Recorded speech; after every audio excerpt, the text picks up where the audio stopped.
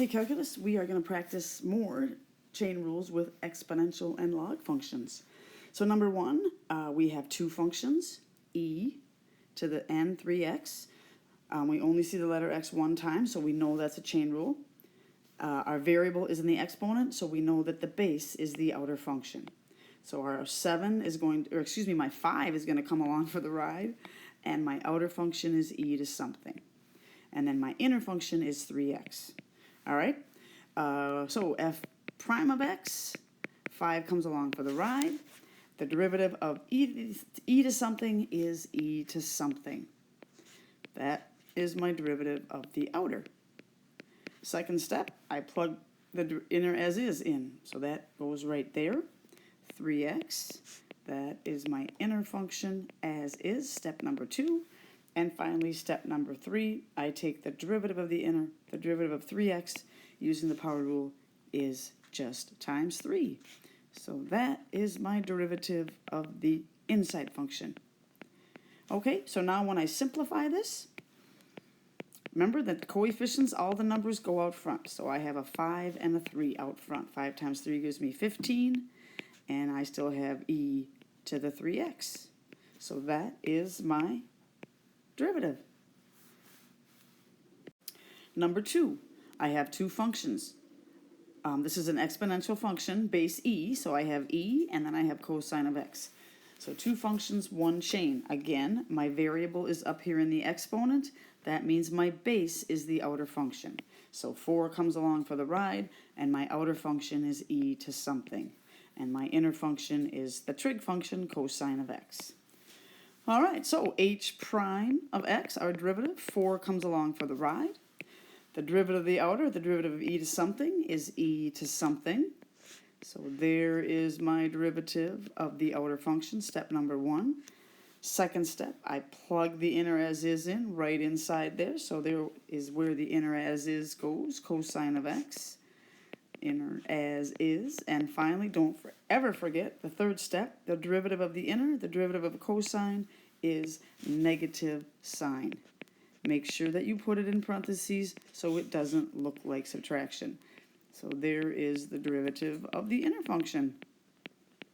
Okay, when I simplify this, I have to multiply all the numbers and put it in front. So I have 4 and I have negative 1. So that gives me negative 4. I have a sine of x up there, right here.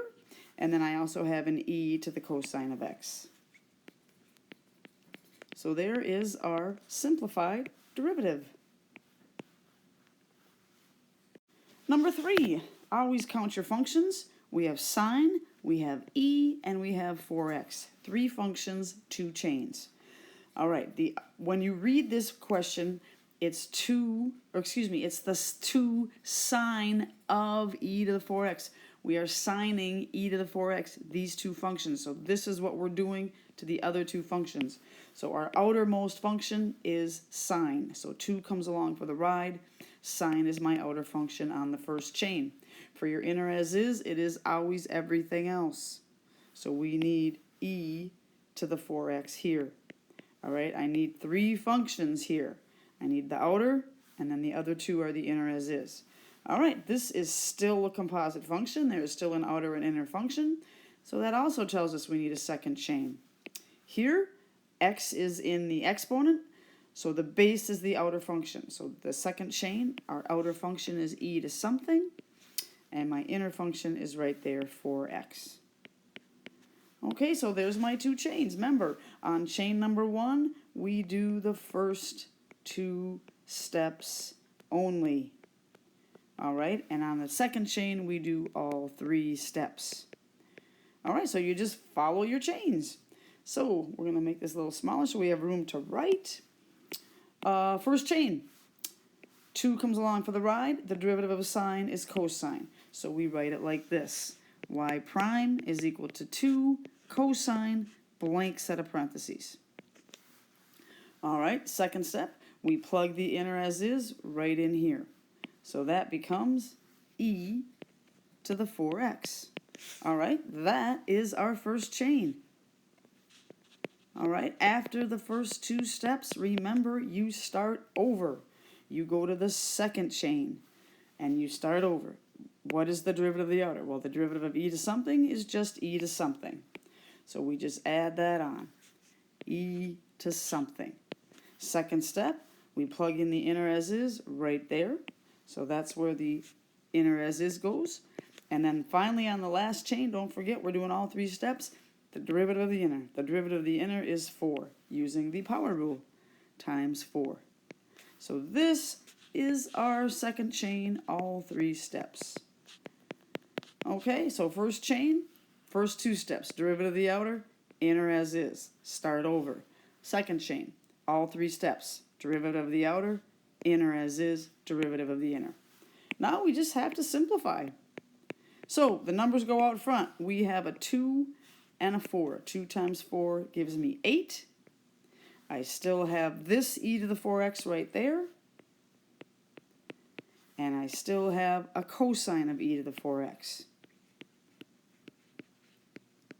Okay, now you cannot combine this e to the 4x and this one because this is inside the cosine, this isn't. So that is as far as you can go right there. Number 4, two functions, natural log 7x. We are taking the natural log of 7x. So we have 10 coming along for the ride. My outer function is ln. My inner function is 7x. All right, two functions, one chain. All right, so when we take the derivative, g prime of x, that 10 comes along for the ride. I'm going to make it a fraction. The derivative of ln x is 1 over x, and in the chain rule, if ln is your outer function, you write the derivative of the outer as 1 over something. All right, that's our first step. The second step, we plug in the inner as is right there. So 7x goes right there. If ln is your outer function, then the inner as is always goes down in the denominator. All right, third step, don't forget the derivative of the inner. The derivative of 7x using the power rule is 7. And I write it as a fraction to keep things neat and organized. So there are all three parts. The derivative of the outer, 1 over something. The inner as is, right here in the denominator, 7x, and the derivative of the inner. Now to simplify, I multiply tops and bottoms. So on top, I have 10 times 7. That gives me 70. On the bottom, I have 7x. Okay, now, of course, we get to simplify this. All right, now be careful when you simplify this. That x stays in the denominator. All right, but I can simplify the 70 divided by 7. 70 divided by 7, of course, gives me 10 over 1.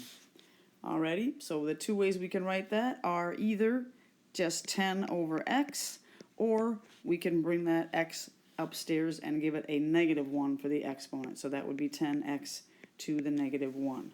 Alright, so there is one possible solution, and you could also write it like that. Those are equivalent. Be careful right here. That x has to stay in the denominator. Alright? Number 5, we have two functions, natural log of x to the third.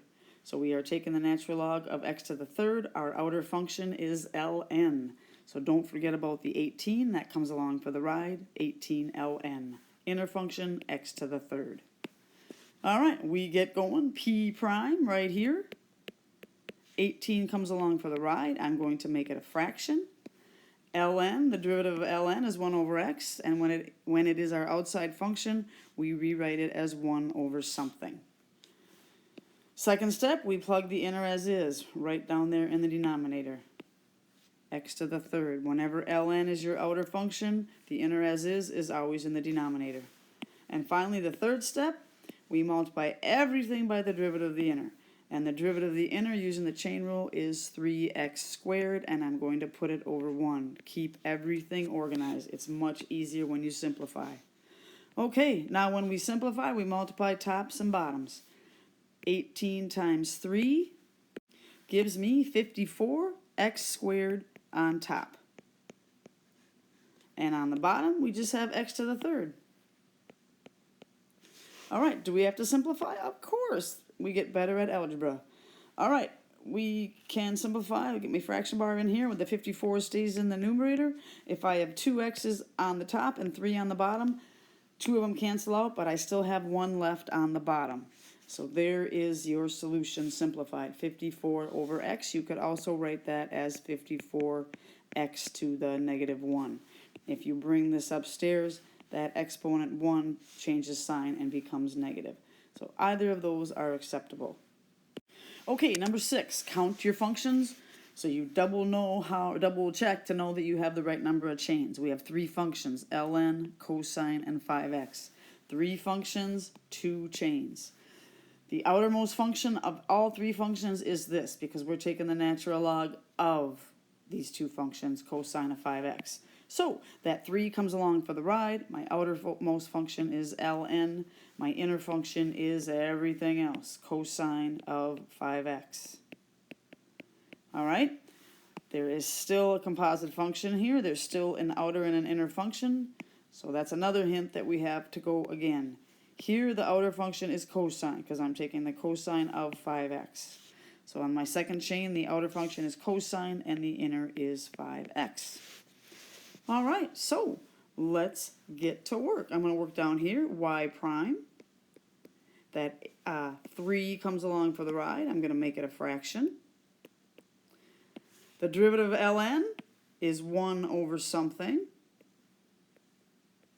The inner as is, second step, is the cosine of 5x. That goes right here. Now I'm done with the first chain. I only do the first 2 steps.